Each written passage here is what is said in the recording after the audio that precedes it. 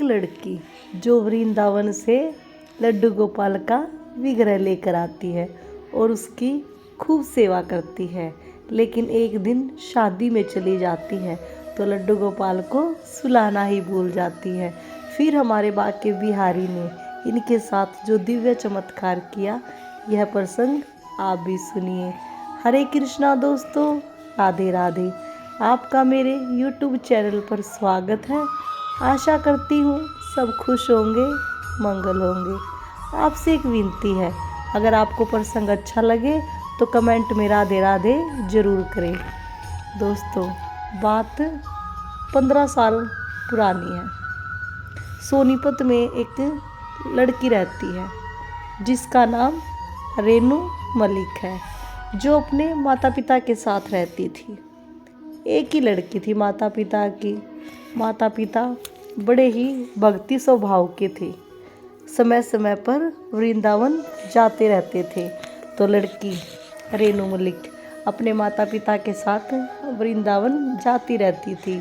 तो बहुत ही प्यारी लड़की थी, जो बाके बिहारी से अनन्य प्रेम करती थी, जो बाके बिहारी के बारे में सोचती रहती थी कि मम्मी पापा कब वृंदावन जाएंगे, मैं घूम कर आऊँगी। ऐसे ही ख्याल हमेशा चलते रहते थे। तो धीरे धीरे लड़की बड़ी होती रहती है और फिर लड़की की शादी हो जाती है। जिस घर में लड़की की शादी हुई, आगे वाला जो परिवार था वो भी भक्ति स्वभाव का था, अच्छी फैमिली थी। तो वो भी समय समय पर वृंदावन जाते रहते थे। तो बाके बिहारी ने अपने भक्त की बड़ी अच्छी सुनी कि भाई जैसे माता पिता थे वैसे ही सास ससुर मिले। तो अब लड़की अपने पति के साथ भी समय समय पर वृंदावन जाती रहती है। तो इस दौरान लड़की प्रेग्नेंट हो जाती है। तो सोचती है तबीयत कुछ खराब रहती है, मैं हर महीने वृंदावन बाके बिहारी जी के दर्शनों के लिए नहीं आ पाऊँगी। तो लड़की क्या सोचती है कि मैं वृंदावन से एक लड्डू गोपाल ले लेती हूँ और उनकी सेवा घर पर ही किया करूँगी। तो लड़की ब्रज की गलियों में खूब घूमती है और देखती है सुंदर सुंदर प्यारे प्यारे लड्डू गोपाल जो बहुत ही भा रहे थे। तो लड़की ने एक लड्डू गोपाल लिया और घर आ जाती है और नित्य सुबह अपने लड्डू गोपाल को स्नान कराना, पोशाक पहनाना, भोग लगाना, सब कुछ सारा कार्य अच्छे से करती है। तो लड्डू गोपाल भी बहुत खुश थे, क्योंकि ऐसी मैया जो मिली थी। तो लड़की अपने लड्डू गोपाल को बिल्कुल बच्चे की तरह प्रेम करती है, अच्छे से सारा कार्य करती है।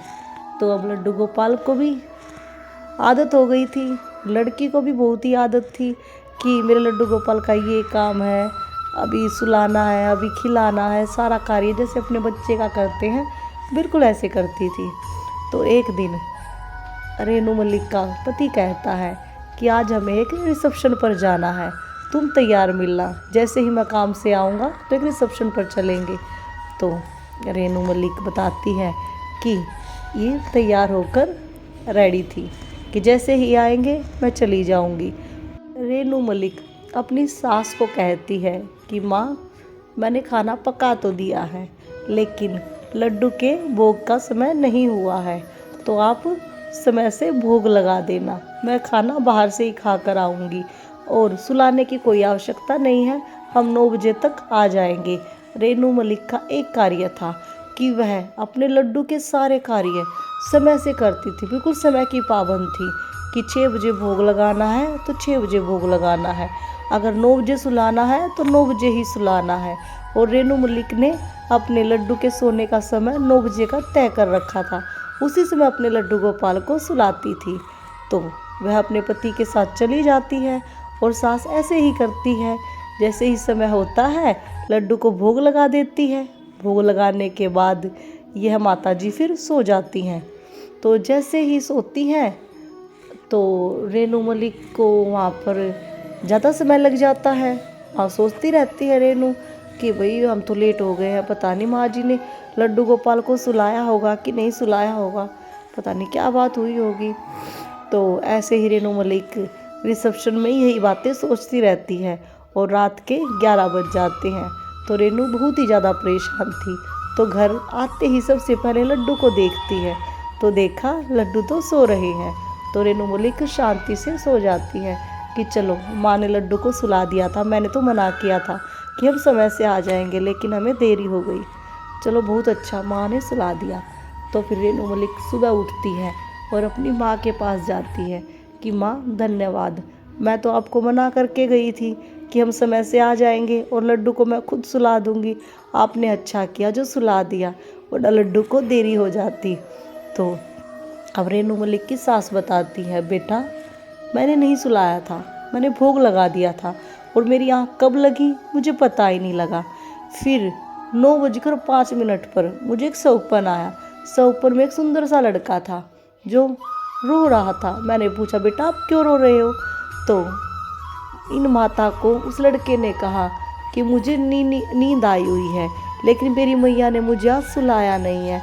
तो इनकी सास बताती हैं कि फिर मुझे याद आया कि हमारे लड्डू भी जाग रहे हैं, मैंने अपने लड्डू को सुला दिया। तो रेनू मलिक कहती है धन्यवाद माँ, फिर लड्डू के पास जाती है और देखकर खुश हो जाती है। तो दोस्तों ऐसे हैं हमारे बाके बिहारी, हमारे लड्डू गोपाल।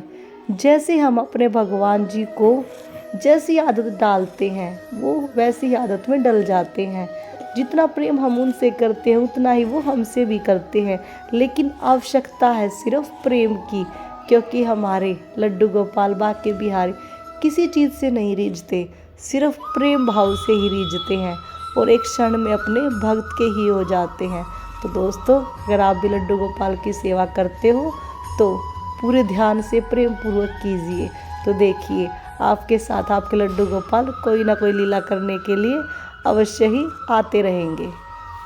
तो आपसे एक विनती है, अगर आपको वीडियो अच्छी लगी है तो कमेंट में राधे राधे ज़रूर करें। तो आज के लिए बस इतना ही, तो मिलते हैं अगली वीडियो में। तो बोलिए श्री कुंज बिहारी श्री हरिदास, राधे राधे।